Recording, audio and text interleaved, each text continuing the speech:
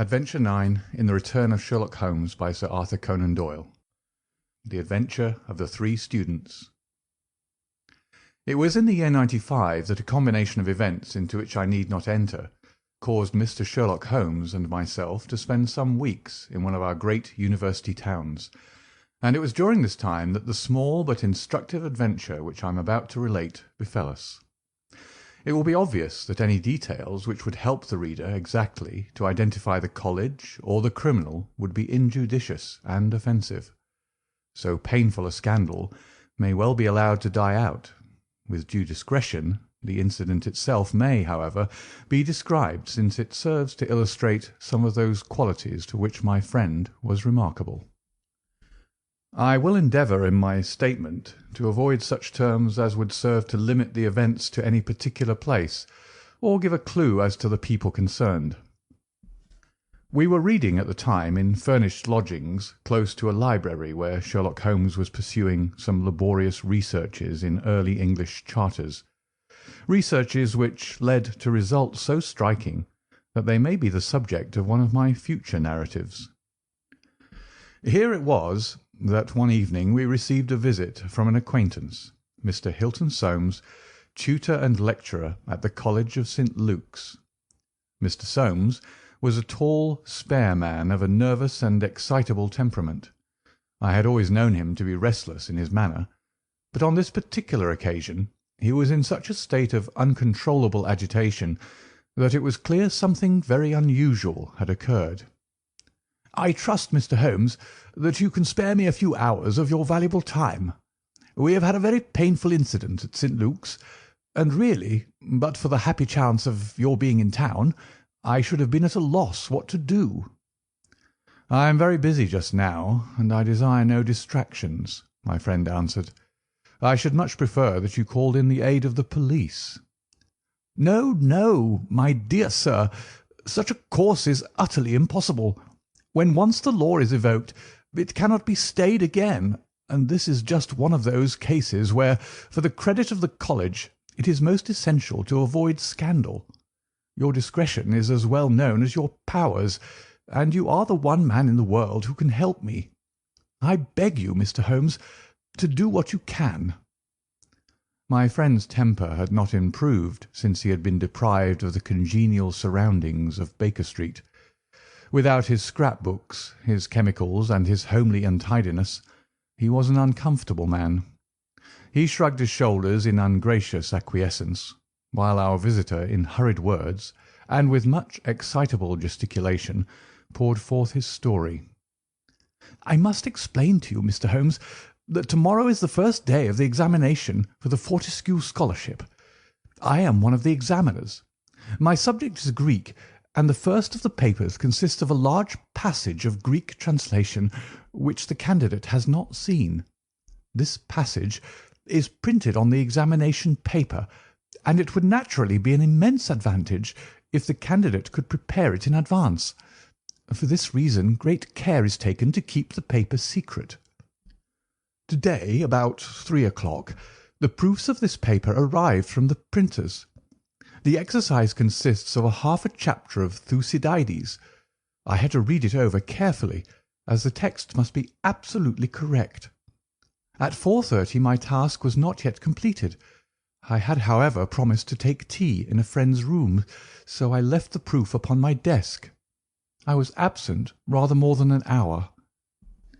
You are aware, Mr. Holmes, that our college doors are double, a green baize one within and a heavy oak one without. As I approached my outer door, I was amazed to see a key in it. For an instant I imagined that I had left my own there, but on feeling in my pocket I found that it was all right.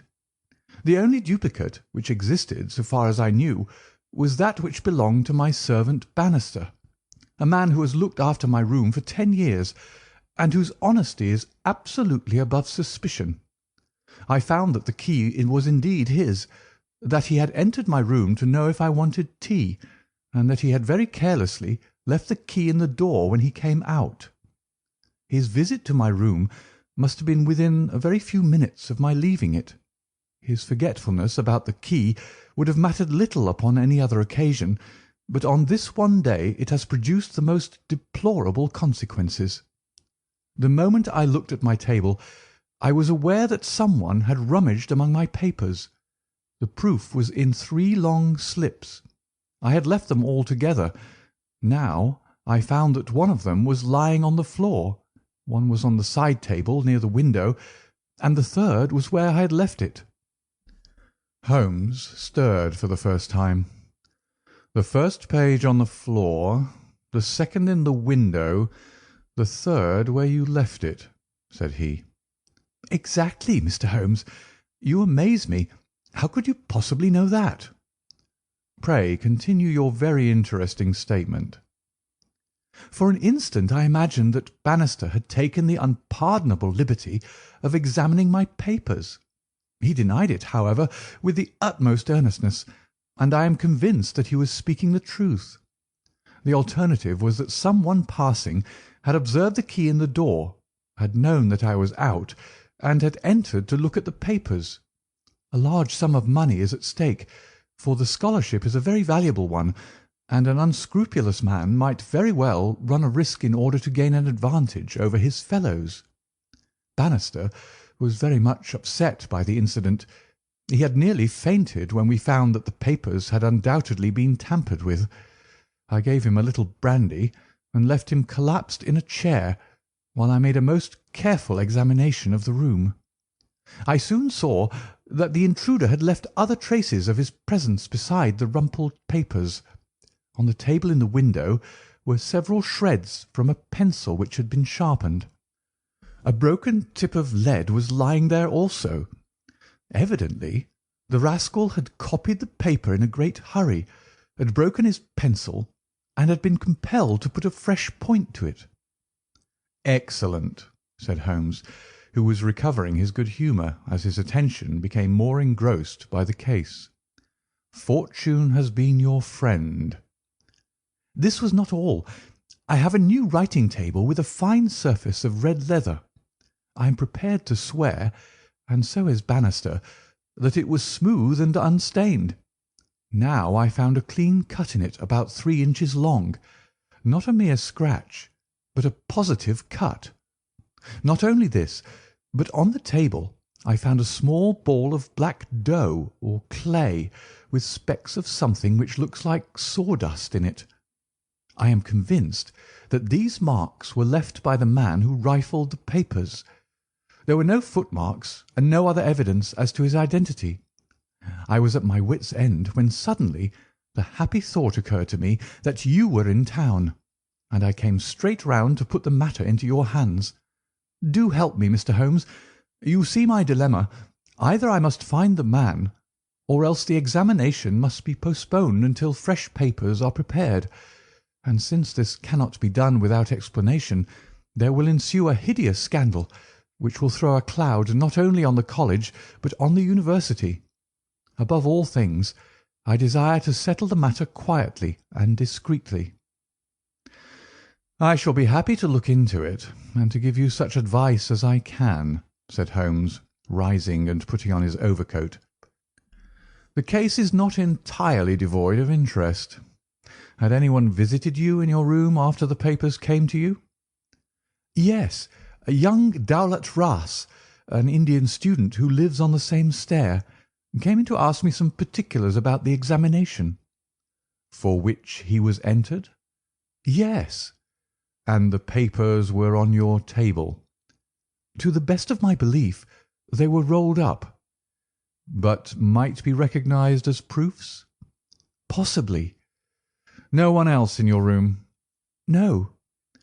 Did anyone know that these proofs would be there? No one save the printer.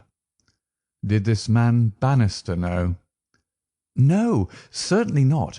No one knew. Where is Bannister now? He was very ill, poor fellow. I left him collapsed in the chair. I was in such a hurry to come to you. You left your door open? I locked up the papers first. Then it amounts to this, Mr. Soames, that unless the Indian student recognised the roll as being proofs, the man who tampered with them came upon them accidentally without knowing that they were there. So it seems to me." Holmes gave an enigmatic smile. "Well," said he, "let us go round. Not one of your cases, Watson. Mental, not physical. All right. Come if you want to. Now, Mr. Soames, at your disposal." The sitting room of our client opened by a long, low, latticed window onto the ancient, lichen-tinted court of the old college.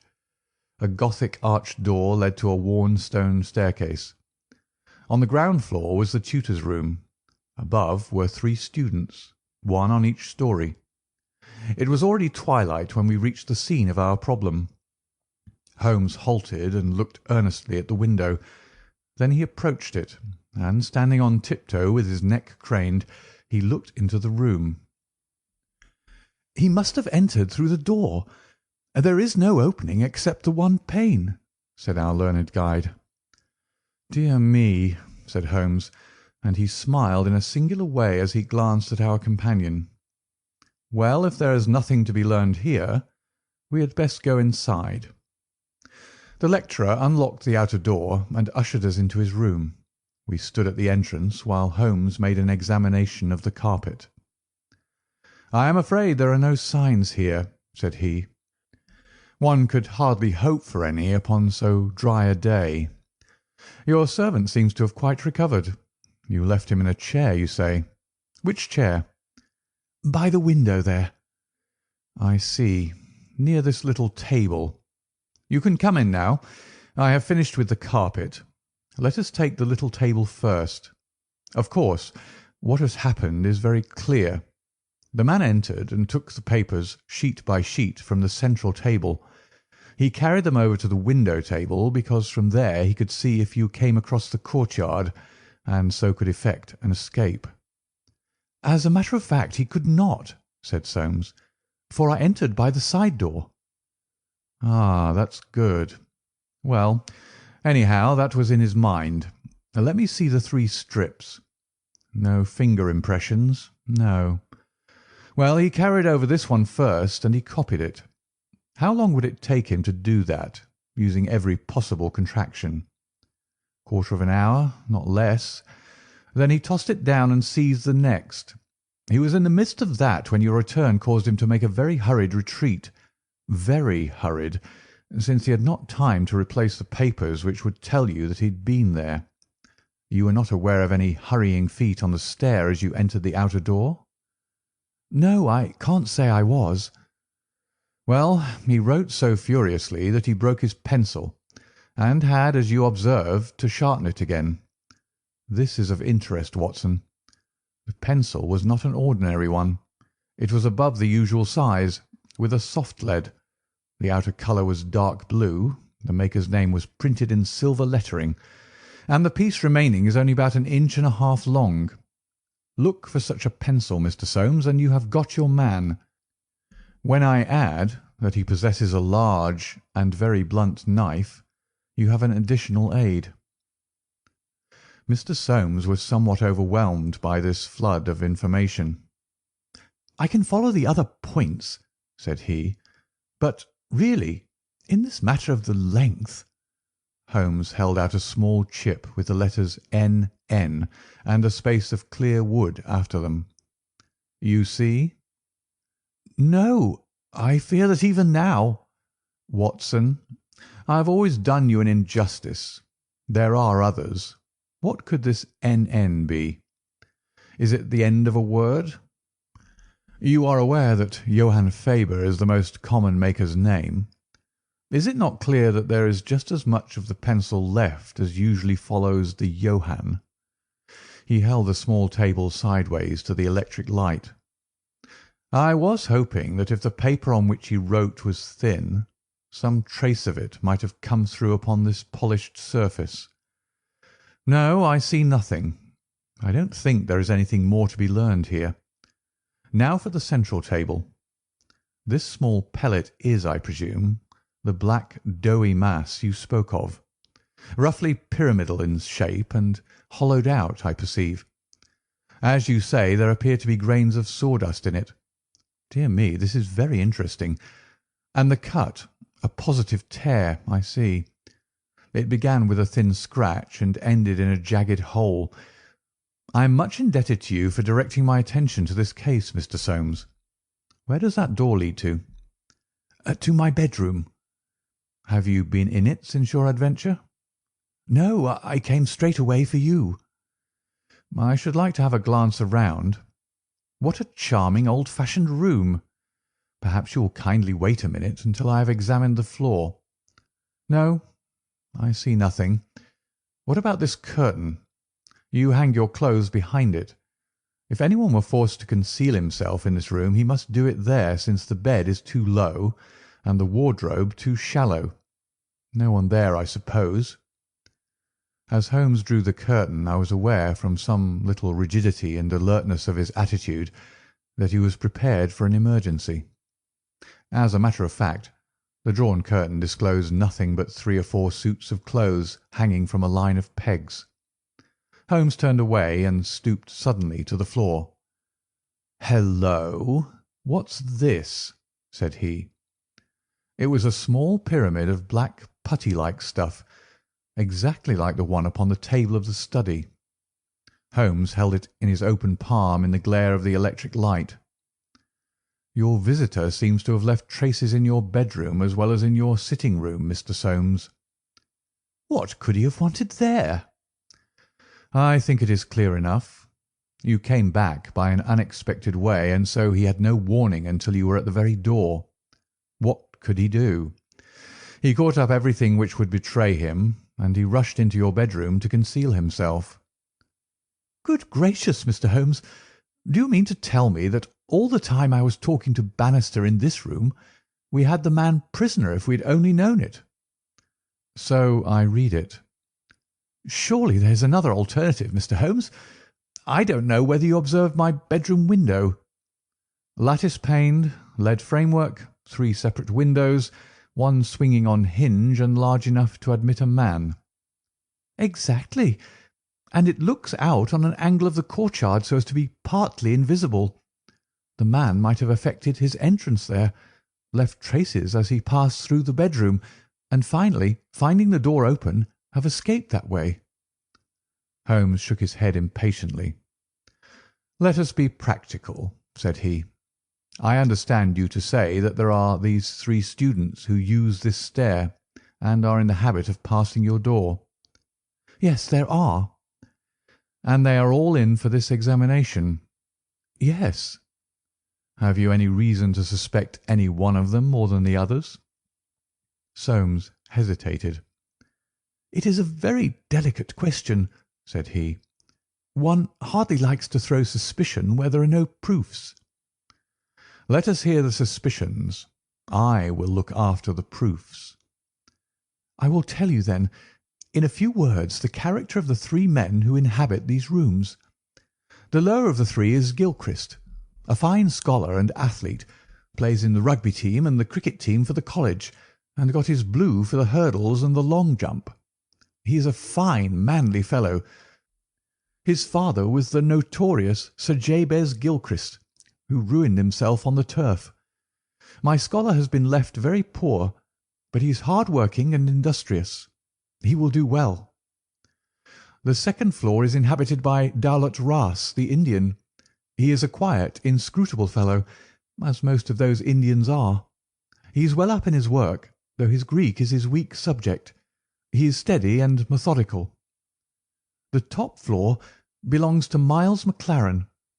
He is a brilliant fellow when he chooses to work, one of the brightest intellects of the university, but he is wayward, dissipated, and unprincipled. He was nearly expelled over a card scandal in his first year. He has been idling all this term, and he must look forward with dread to the examination."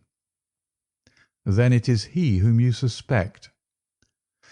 "I dare not go so far as that, but of the 3 he is perhaps the least unlikely." "Exactly. Now, Mr. Soames, let us have a look at your servant Bannister." He was a little, white-faced, clean-shaven, grizzly-haired fellow of 50. He was still suffering from this sudden disturbance of the quiet routine of his life, His plump face was twitching with his nervousness, and his fingers could not keep still. "We were investigating this unhappy business, Bannister," said his master. "Yes, sir." "I understand," said Holmes, "that you left your key in the door." "Yes, sir." "Was it not very extraordinary that you should do this on the very day when there were these papers inside?" "It was most unfortunate, sir, but I have occasionally done the same thing at other times." "When did you enter the room?" "It was about 4:30. That is Mr. Soames's tea time." "And how long did you stay?" "When I saw that he was absent, I withdrew at once." "Did you look at these papers on the table?" "No, sir, certainly not." "How came you to leave the key in the door?" "I had a tea tray in my hand, and I thought I'd come back for the key, then I forgot."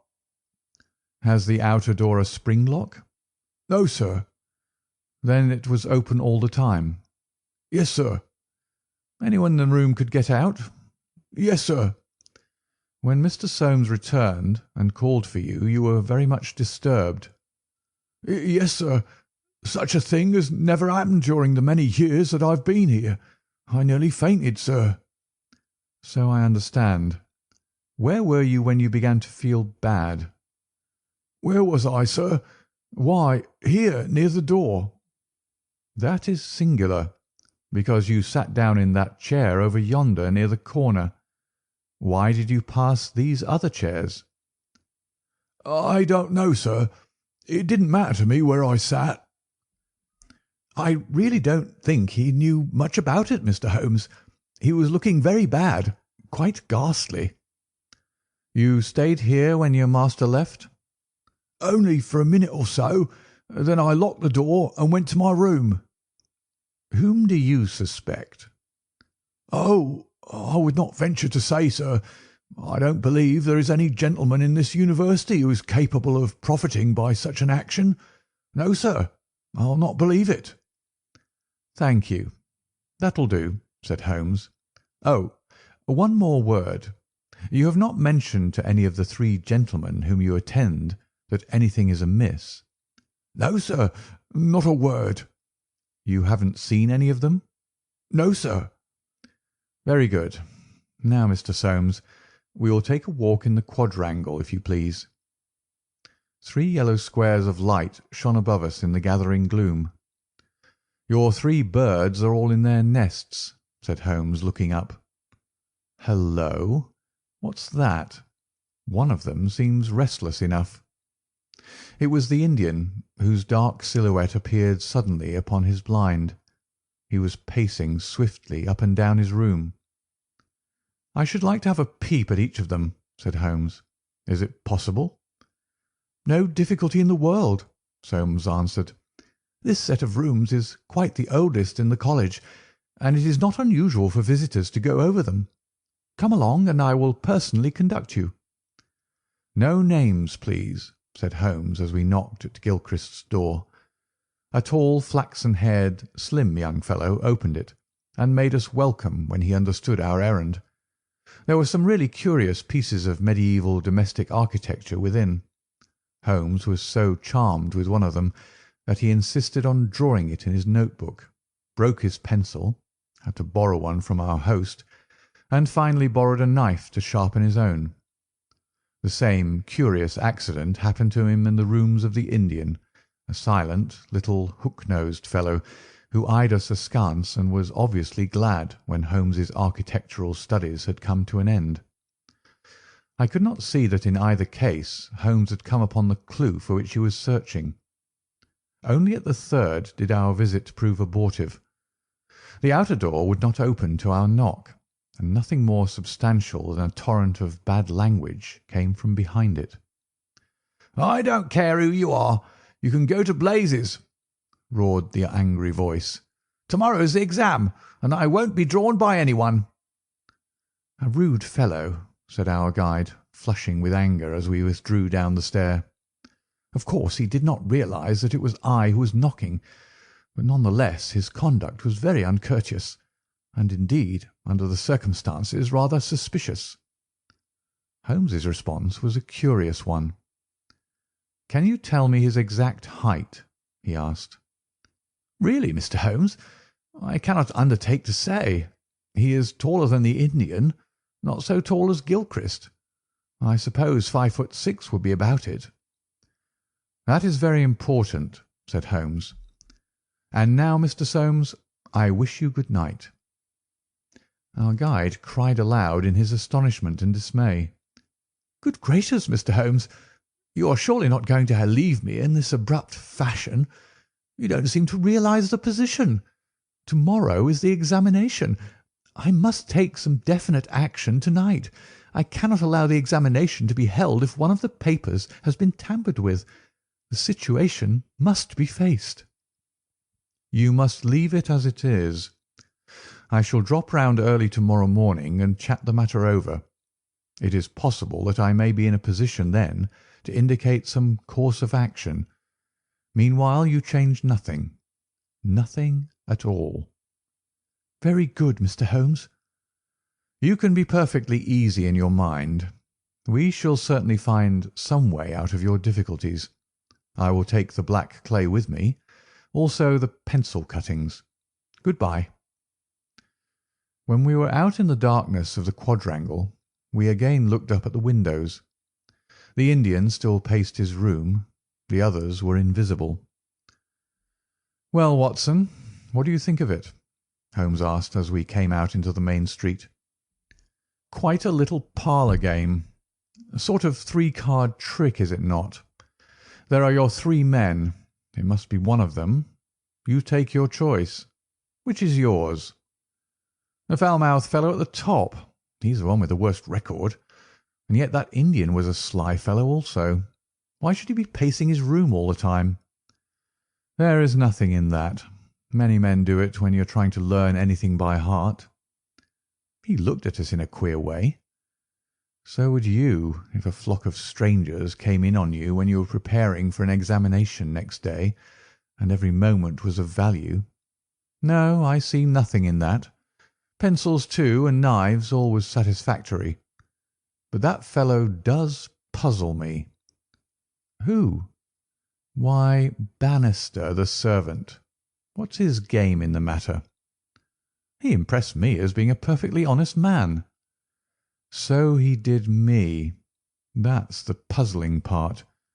Why should a perfectly honest man— Well, well, here's a large stationer's. We shall begin our researches here." There were only 4 stationers of any consequence in the town, and at each Holmes produced his pencil chips and bid. All were agreed that one could be ordered, but it was not a usual size of pencil, and that it was seldom kept in stock. My friend did not appear to be depressed by his failure, but shrugged his shoulders in half-humorous resignation.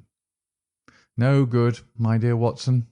This, the best and only final clue, has run to nothing. But indeed I have little doubt that we can build up a sufficient case without it. By Jove, my dear fellow, it is nearly 9, and the landlady babbled of green peas at 7:30. What with your eternal tobacco, Watson, and your irregularity at meals, I expect that you will get notice to quit, and that I shall share your downfall. Not, however, before we have solved the problem of the nervous tutor, the careless servant, and the 3 enterprising students." Holmes made no further allusion to the matter that day, though he sat lost in thought for a long time after our belated dinner. At 8 in the morning he came into my room just as I finished my toilet. "Well, Watson," said he, "it is time we went down to St. Luke's. Can you do without breakfast?" "Certainly." "Soames will be in a dreadful fidget until we are able to tell him something positive." "Have you anything positive to tell him?" "I think so." "You have formed a conclusion?" "Yes, my dear Watson. I have solved the mystery." "But what fresh evidence could you have got?" "Aha! It is not for nothing that I have turned myself out of bed at the untimely hour of 6. I've put in 2 hours' hard work, and covered at least 5 miles with something to show for it. Look at that." He held out his hand. On the palm were three little pyramids of black doughy clay. "Why, Holmes, you only had two yesterday." "And one more this morning.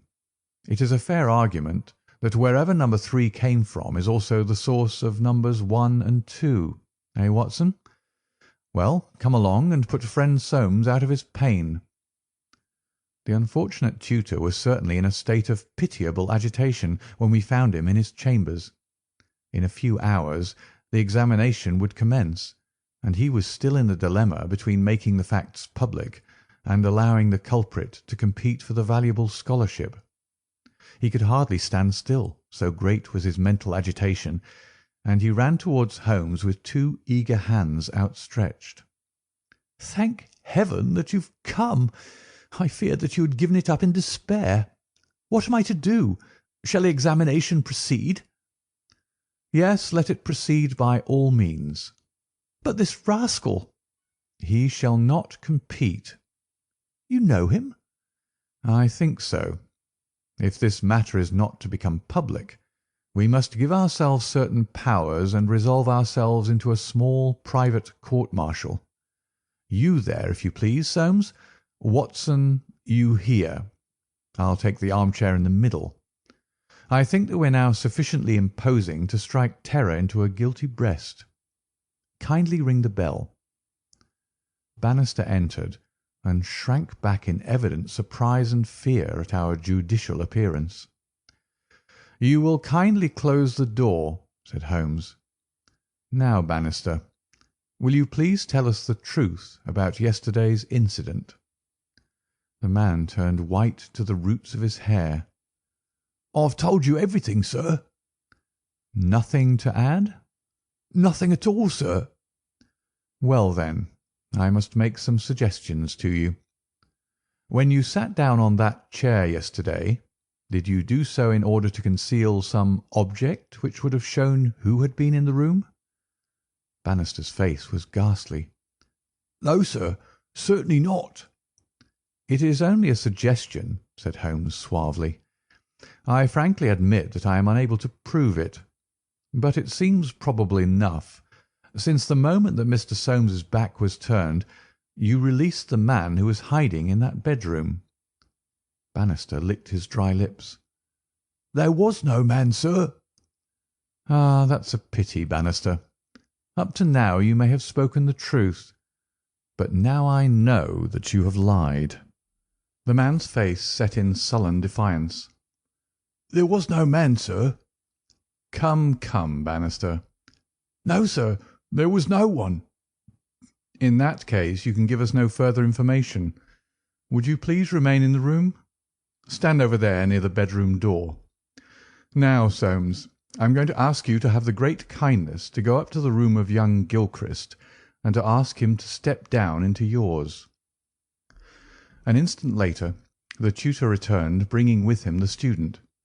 He was a fine figure of a man, tall, lithe, and agile, with a springy step and a pleasant, open face. His troubled blue eyes glanced at each of us, and finally rested with an expression of blank dismay upon Bannister in the farther corner. "Just close the door," said Holmes. "Now, Mr. Gilchrist, we are all quite alone here, and no one need ever know one word of what passes between us. We can be perfectly frank with each other. We want to know, Mr. Gilchrist, how you, an honourable man, ever came to commit such an action as that of yesterday."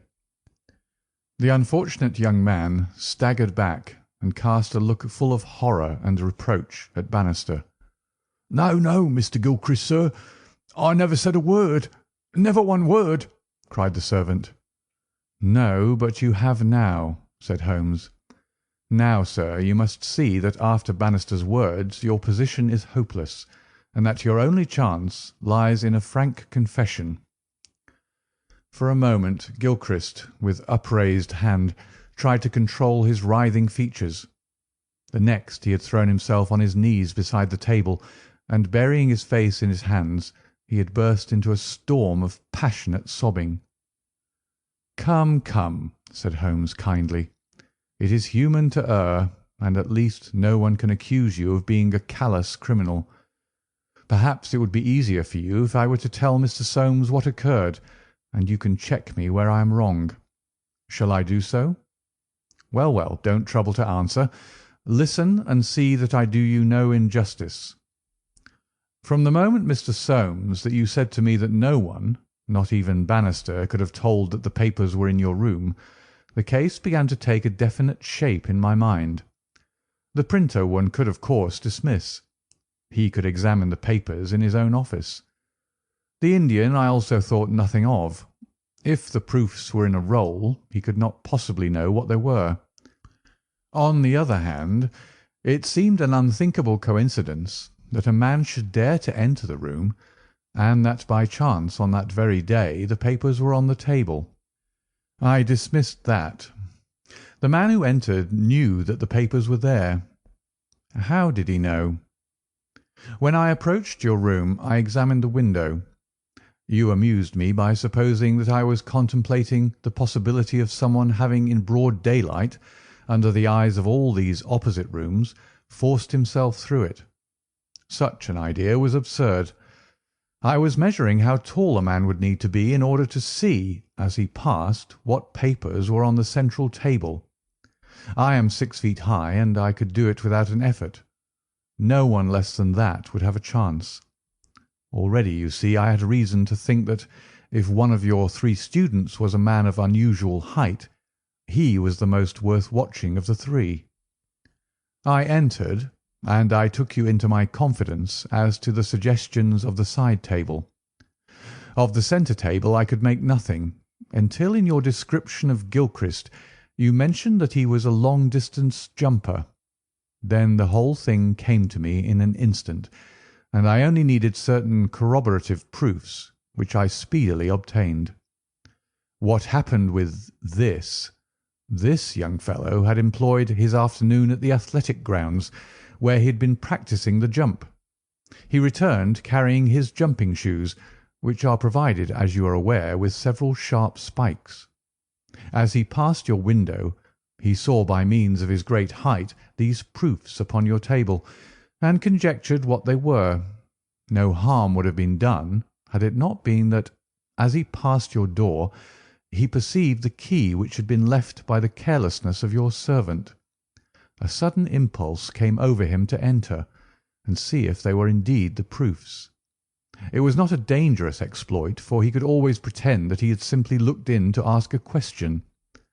Well, when he saw that they were indeed the proofs, it was then that he yielded to temptation. He put his shoes on the table.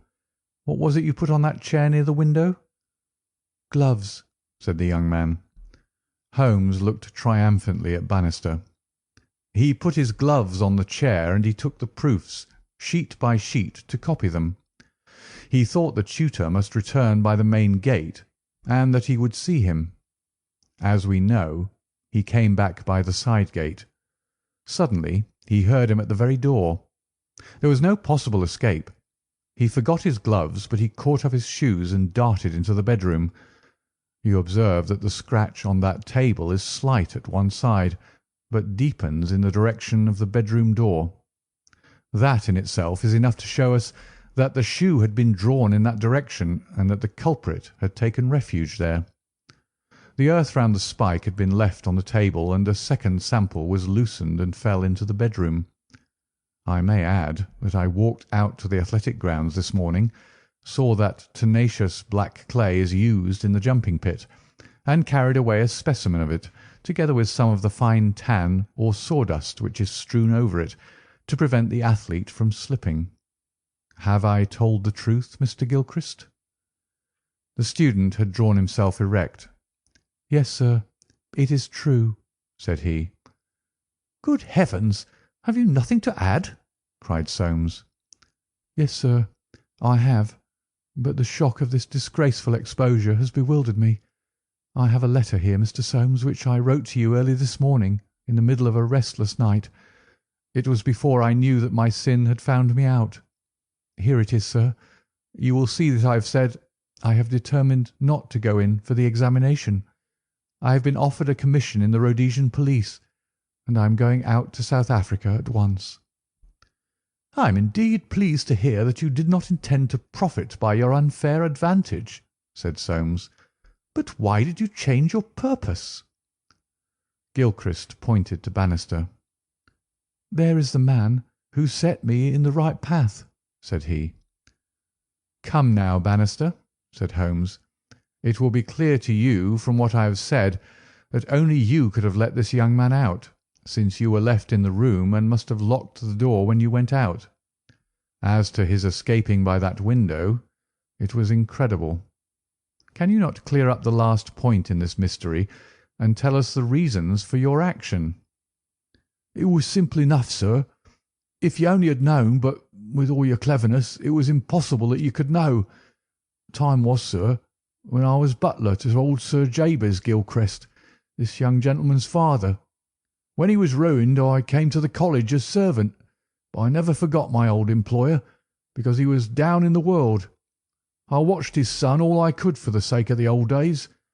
Well, sir, when I came into this room yesterday, when the alarm was given, the very first thing I saw was Mr. Gilchrist's tan gloves lying in that chair. I knew those gloves well, and I understood their message. If Mr. Soames saw them, the game was up. I flopped down into that chair, and nothing would budge me until Mr. Soames he went for you. Then out came my poor young master, whom I dandled on my knee, and confessed it all to me. Wasn't it natural, sir, that I should save him? And wasn't it natural also that I should try to speak to him as his dead father would have done, and make him understand that he could not profit by such a deed? Could you blame me, sir?" "No, indeed," said Holmes heartily, springing to his feet. "Well, Soames, I think we've cleared your little problem up, and our breakfast awaits us at home. Come, Watson. As to you, sir, I trust that a bright future awaits you in Rhodesia. For once you have fallen low. Let us see in the future how high you can rise." End of The Adventure of the Three Students.